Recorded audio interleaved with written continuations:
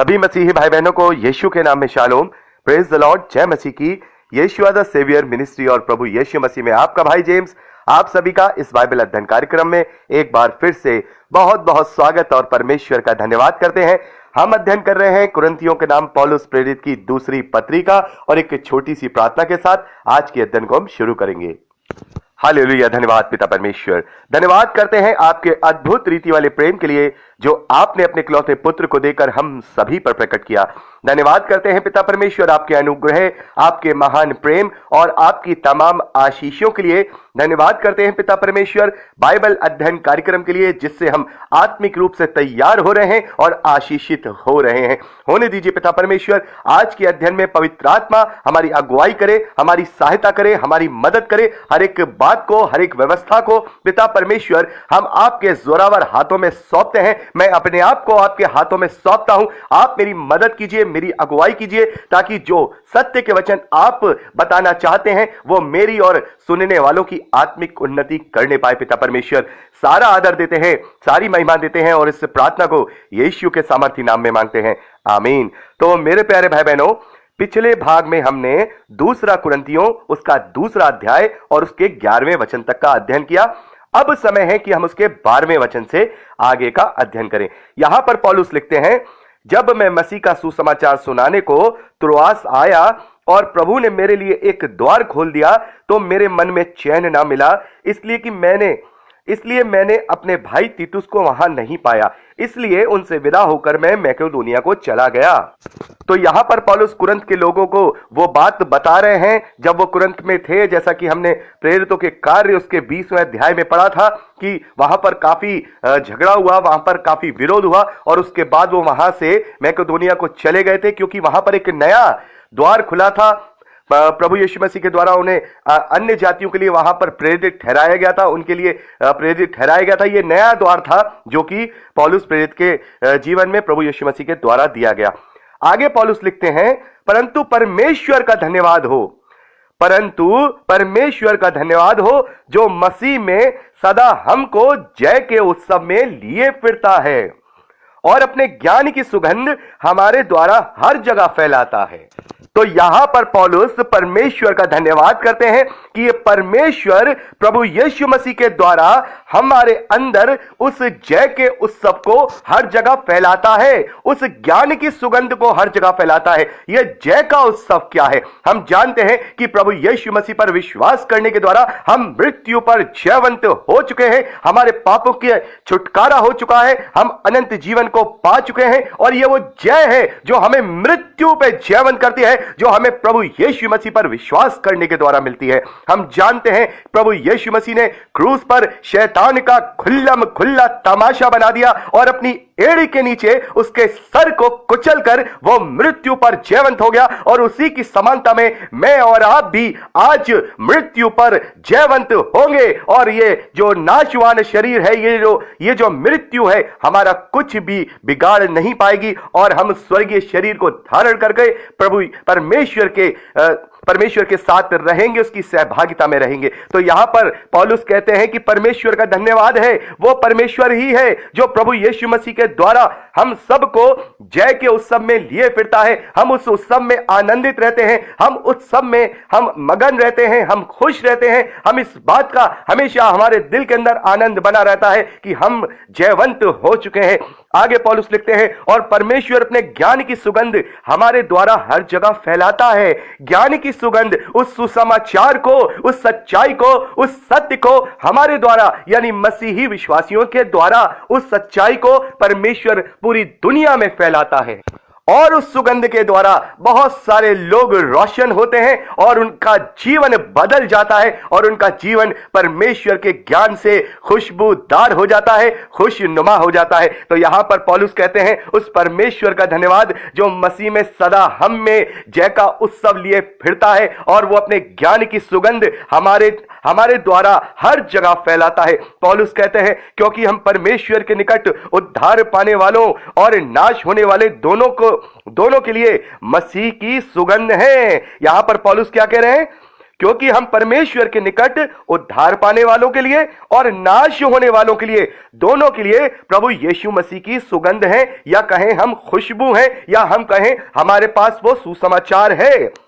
कुछ के लिए तो मरने के निमित्त मृत्यु की गंध, और कितनों के लिए जीवन के निमित्त जीवन की सुगंध। भला इन बातों के योग्य कौन है?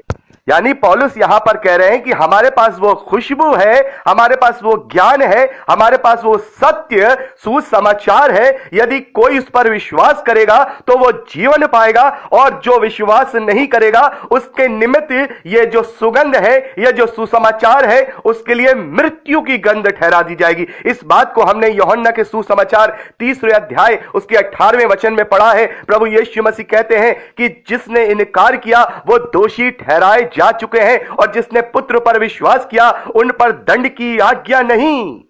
तो यहां पर सुसमाचार जब हम सुनाते हैं तो सुसमाचार सुनाते वक्त जो लोग उसे ग्रहण कर लेते हैं तो फिर वो जयवंत हो जाते हैं, वो जय का उत्सव लेके घूमते हैं, और उसी के द्वारा परमेश्वर के ज्ञान की सुगंध हम उस सुसमाचार के रूप में पूरी दुनिया तक फैलाते हैं। जो लोग विश्वास करते हैं वो लोग उद्धार पाते हैं और अनंत जीवन के लिए जयवंत हो जाते हैं, और जो लोग इनकार करते हैं, यहां पर पौलुस कहते हैं मरने के निमित्त वो सुसमाचार उनकी मृत्यु का गंध बन जाती है। क्योंकि हम उन बहुतों के समान नहीं जो परमेश्वर के वचन में मिलावट करते हैं, परंतु मन की सच्चाई और परमेश्वर की ओर से परमेश्वर की उपस्थिति जानकर प्रभु यीशु मसीह में बोलते हैं। पौलुस यहां पर कह रहे हैं कि जो मसीही विश्वासी होता है, जो सच्चा मसीही विश्वासी होता है, वो जो बोलता है वो अपनी ओर से नहीं बोलता, बल्कि उस जयवंत के जय होने के उत्सव के कारण जो उसे जो ज्ञान की सुगंध मिली है पवित्र आत्मा के द्वारा उसके कॉन्शियस में, उसके द्वारा बोलता है। पौलुस यहां लिख रहे हैं बहुतों के समान नहीं जो परमेश्वर के वचन में मिलावट करते हैं, परंतु मन की सच्चाई और परमेश्वर की ओर से। तो मन की सच्चाई क्या है? हम जानते हैं जो मसीही विश्वासी अपने आप को पवित्र आत्मा के अधीन कर देते हैं, उनके कॉन्शियस में पवित्र आत्मा आप कार्य करता है। हमारे ऊपर फिर कोई कंट्रोल नहीं होता, हमारे मन में, हमारे सोच में, हमारे विचार में हमारा खुद का कोई कंट्रोल नहीं होता, बल्कि पवित्र आत्मा के चराए हम चलते हैं। पवित्र आत्मा के अधीन होने पर ही हम अपने कॉन्शियस में उसके अनुसार ही कार्य करते हैं। जो सच्चा मसीही विश्वासी है या जो प्रचारक है वो कभी भी परमेश्वर की सुगंध में मिलावट नहीं करेगा। याद रखिएगा, जो भी प्रचारक या जो भी अगुवा है, यदि वो परमेश्वर की सुगंध यानी सुसमाचार में मिलावट करेगा या गड़बड़ी करेगा तो वो अपने लिए भी क्या करेगा, उस सुगंध को उस गंध में बदल देगा जो मृत्यु की गंध है। तो यहां पौलुस कह रहे हैं कि हम उन लोगों के समान नहीं हैं जो परमेश्वर के वचन में मिलावट करते हैं। हम कोई अपने मन से कोई बात नहीं कहते, अपनी दुनियावी बुद्धि के द्वारा हम आपको कोई बात नहीं कहते, बल्कि मन की सच्चाई यानी पवित्र आत्मा के द्वारा और परमेश्वर के ओर से जो बात होती है वो ही हम यहां पर लोगों को जानते हैं, लोगों को कहते हैं। और सबसे बड़ी बात, हम प्रभु यीशु मसीह की उपस्थिति को जानकर बोलते हैं, यानी कि जो हम बोल रहे हैं वो अपनी ओर से नहीं बल्कि प्रभु यीशु मसीह की ओर से बोलते हैं।